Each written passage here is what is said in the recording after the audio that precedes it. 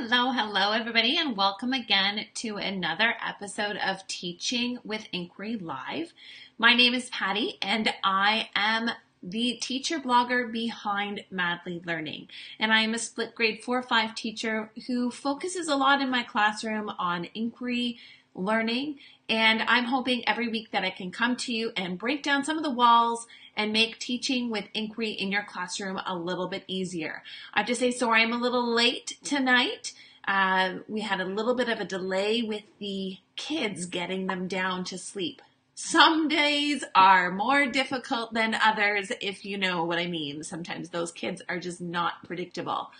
But tonight, I know that many of you are probably in the midst of writing some type of assessment or report card, so I wanted to talk to you tonight about how assessment can be tied with inquiry, and I put together a little checklist that I know would make my life a little bit easier, especially when I'm coming up with next steps, because I know whenever I'm writing report cards, trying to come up with personalized next steps for students is sometimes difficult, and trying to make those comments on those assessments appear to all be individualized as opposed to all sounding more robotic is sometimes difficult. So I scoured some resources and put together a checklist, and I want to share it with you because honestly, if I'm saving myself some time, I might as well try and save you some time as well. So we will get started at talking about how we report on student achievement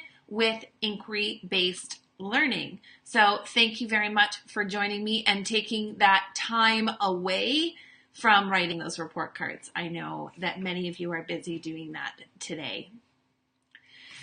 So tonight I have a little bit of a slide deck for you to look and follow along with.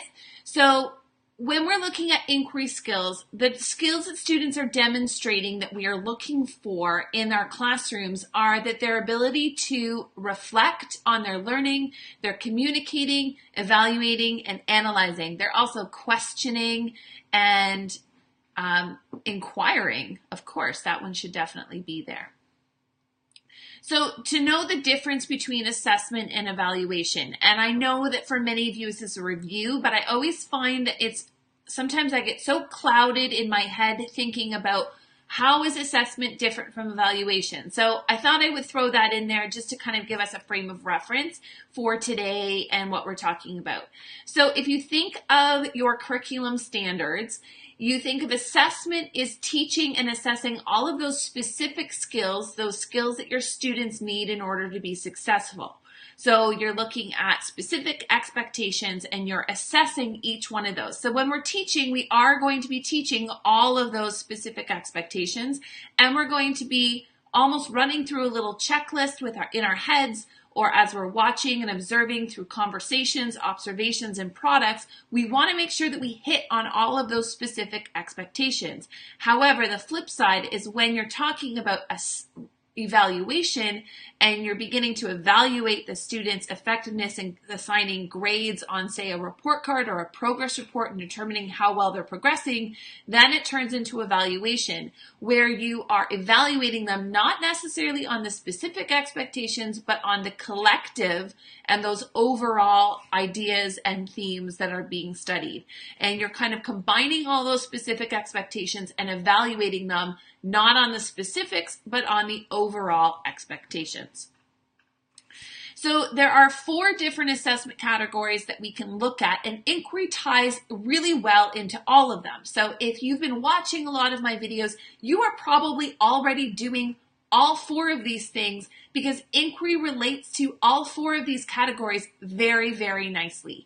So we are all familiar with the knowledge, thinking, communication, and application. And sometimes I use the acronym TAC and rearrange them so that I have thinking, application, communication, and knowledge. Because really it doesn't matter how we organize them on, say, a rubric, but it's really nice to have a nice little acronym where they all fit in. So sometimes I will use the TAC, T-A-C-K acronym to help me remember those 4 categories.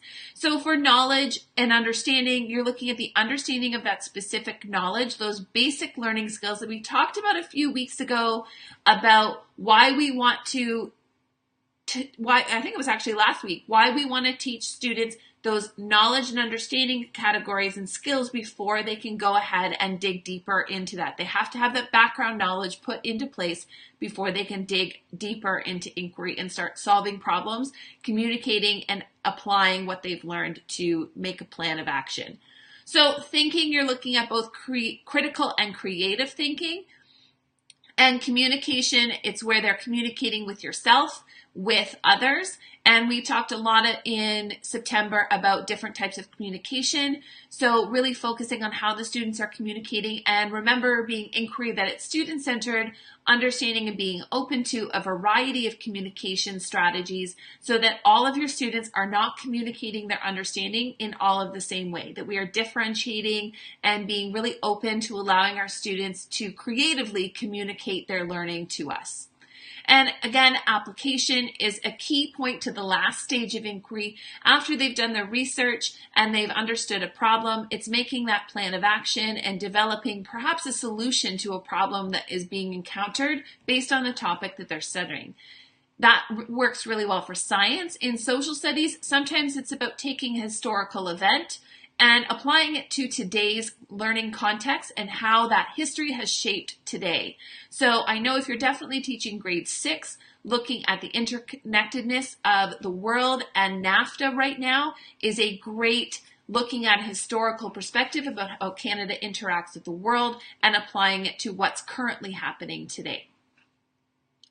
So if you're looking at knowledge, one of the things I like is sometimes when I look at assessment, it's often written kind of up here and not necessarily in practical language. So I try to go through and break that down as to what exactly are my daily tasks that are happening in my classroom every day. What's happening that fits that knowledge piece? So I just write it down for myself because I think it's really key that sometimes we see, say, a rubric, and if it's really general or not super specific to what's actually occurring in our classroom, sometimes there's a little bit of miscommunication as to what that means. So I like to look for specific things that students are doing. So recalling facts is definitely a knowledge skill. Understanding vocabulary, understanding or just knowing a theory. So they may not truly understand it, but can they almost regurgitation? So if you're doing a lot of those quick exit cards or checks, you're talking a lot about that knowledge and understanding piece. That's why a lot of tests will hit the knowledge piece instead of necessarily hitting that deeper level. And I know I, for one, as a student, was definitely somebody that if you gave me a knowledge test, I could do really well on that knowledge test, but I might not have that deeper understanding because I wasn't required to have it. So I think definitely with inquiry, why it works so well is because it ties into those higher order thinking skills really well. The next one, there we go, is thinking. So when you're looking at assessing students in inquiry for their thinking, the specific stages you're looking at are their ability to ask questions. So you're looking at what kind of questions those students are asking, and those questions will give you assessment material for that thinking component. What they're researching, using that research skill, planning out their research, using their questions to guide their research, that all fits into that thinking category. Being able to look at an issue and taking different perspectives also fits into that thinking category.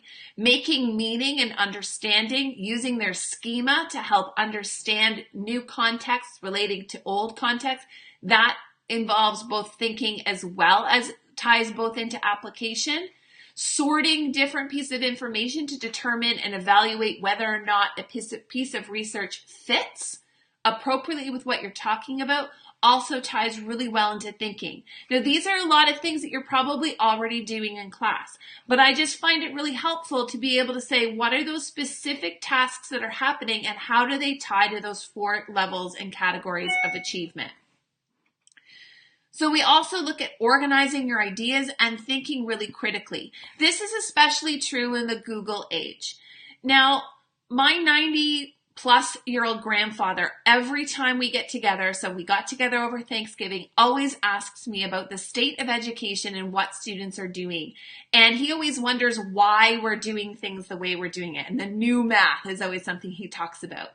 And we talked this past Thanksgiving about how students no longer, they need to be able to research and they need to be able to sort through data that's there. We're not necessarily teaching them the Dewey Decimal System. I remember I learned that. But we are teaching them how to think really critically about the research that they're finding and being able to sort through what is valid and what is not valid. So I think that thinking piece ties really well into our researching and also our questioning when we're talking about inquiry. Now, communication often with inquiry happens both at the beginning, in the middle, and at the end. So communication at the beginning is where they're being able to share their knowledge. So are they participating in those conversations? Are they sharing their ideas, whether they're right, wrong, or indifferent? Are they participating in discussions and contributing their thoughts? Are they building upon others? So we talked before about accountable talk and building that in and setting up that routine and teaching your students how to talk to one another. So if you've done that and you're noticing that there's students who are really great during those discussions, then that's a wonderful next step to be able to comment on, or if they're not doing it, it's a next step that they can be doing. How do they build upon others? Also in a discussion, being able to convince others of their findings, express what they have found to others, build upon conversations, persuade. And I also include listening in there, because you can't really be a great conversationalist in a knowledge building circle if you're not willing to listen to the other voices that are happening in the room. And finally, with application. Now, this is kind of the crux of inquiry, because you are asking them to apply. It's not simply just fact-finding mission. So inquiry isn't a fact-finding mission. You're asking them to do all four categories, and you're really focusing at the end on the application. Can they take two facts that they find and can they make a connection? And that's really where the application piece comes in. Can they make connections? Can they make connections from what they're learning in one lesson to what they're learning in another lesson? So can they make connections within their learning? Can they make connections between social studies and science? I know where I teach government, I have to teach students government, conservation of energy, and matter and materials. Those three topics all are fairly interrelated if you're looking at the big ideas that the curriculum states for inquiry. So having students be able to make those connections with how they use materials and how the government interplays with that, as well as how we conserve materials and what the government's role is there, and what the different stakeholders' perspectives are, where they differ, that's a key component where we've got to push our students to not just look for fact-finding missions, to just regurgitate information to us, but to really look at the interplay between that information. And that, again, is always modeled where you're pointing that out for students, and then eventually they'll start being able to look at that on their own, or with a little bit less guidance as you work through it. This is definitely a piece where you're probably at this point in the year looking at application and communication are probably going to be great areas for you to comment on for next steps, because students are probably still at that fact-finding spot. So being able to give them a next step saying that they can compare two pieces of information to determine which is how they're related. They can make connections to other contexts, to their personal life based on what they're learning in class. Those are great next steps. So being able to write those for students will give you plenty of information there. So I also wanted to share with you, I said in my little message, if you got on Facebook, that I put together a checklist that helps you kind of almost look for each one of those categories. And I'm going to share that with you here. So let me just shut this down.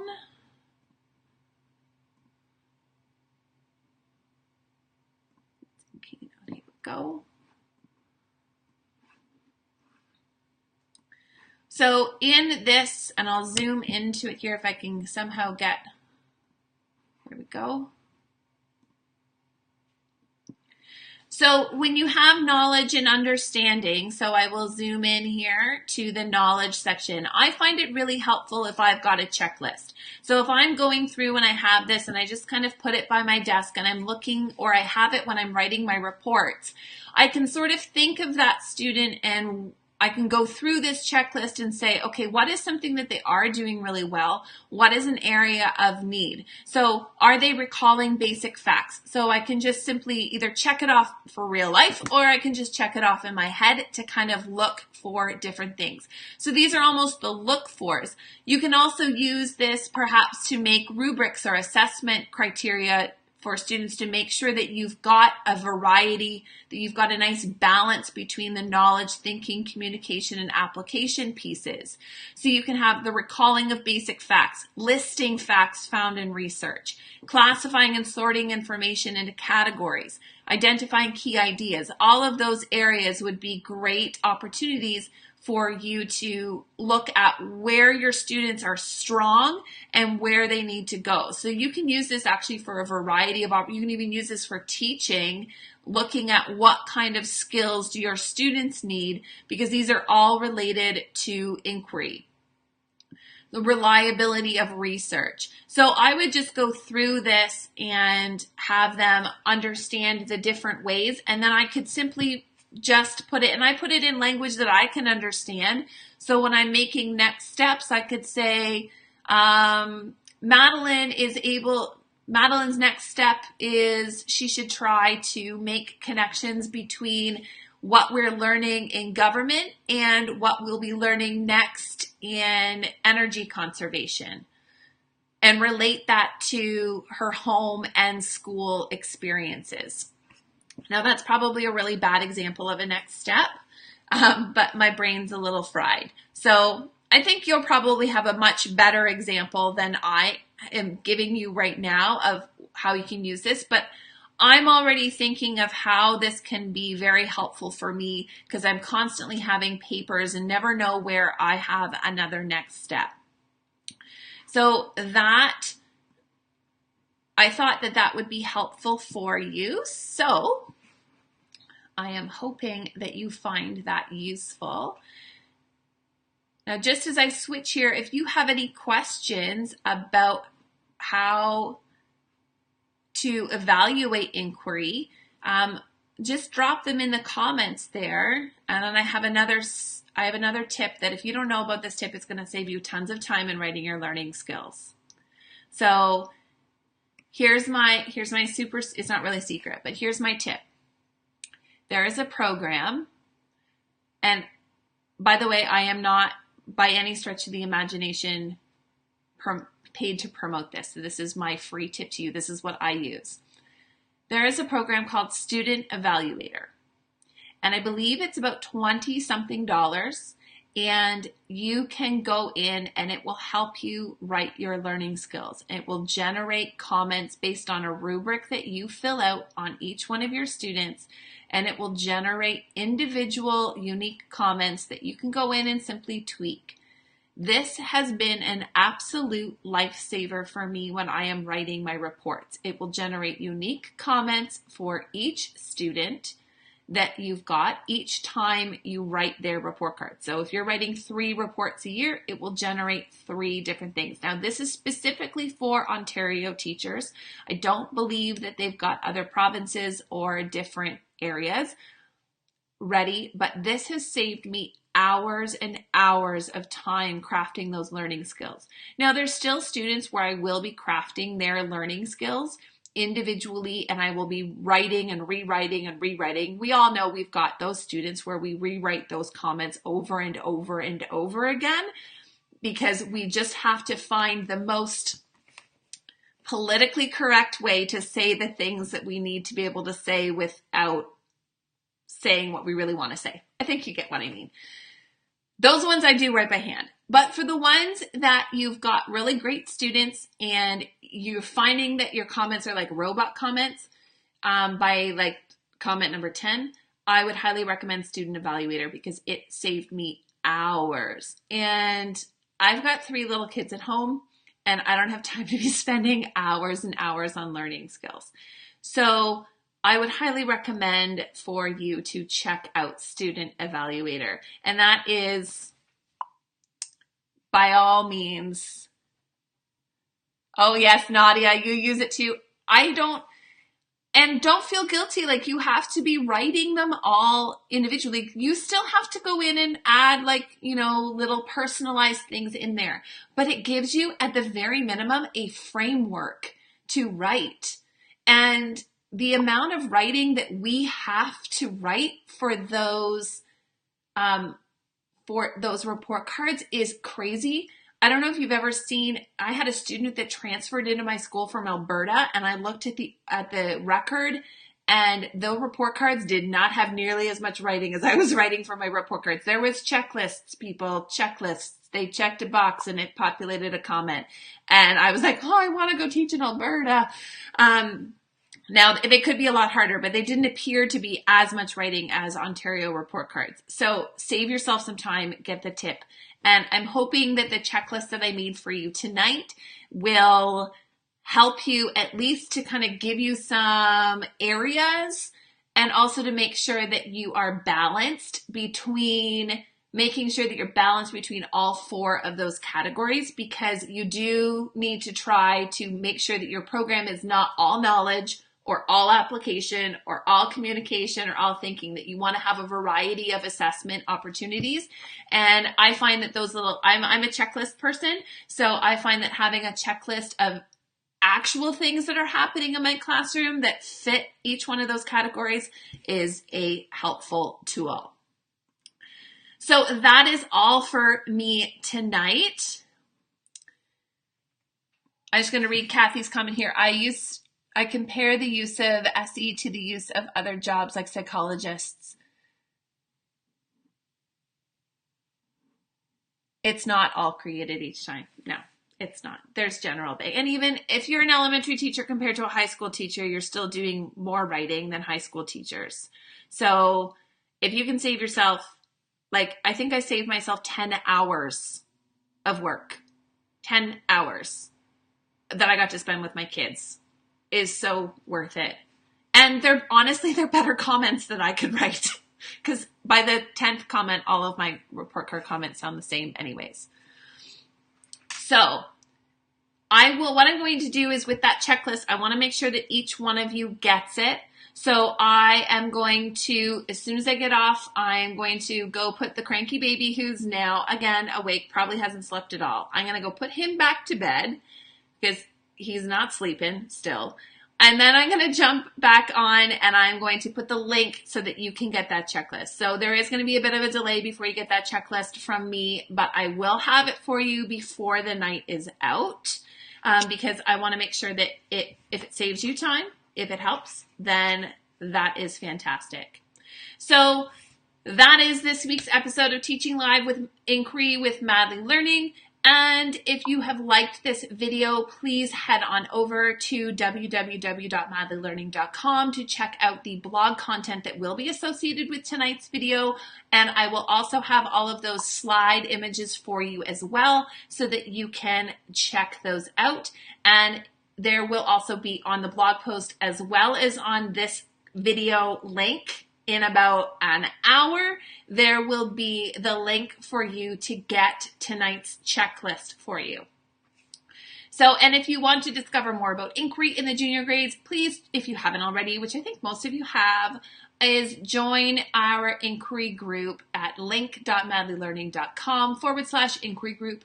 And don't forget to watch next week for another episode. I will be talking about inquiry and split grades and how you teach a split grade and use inquiry and not want to drink an entire bottle of wine every single night. So I'm going to talk to you about how I love teaching split grades and why I love teaching a split and how I do that with inquiry. So I will have more for you next week on split grades and inquiry. And I hope that you get some sleep. I hope your report cards are done.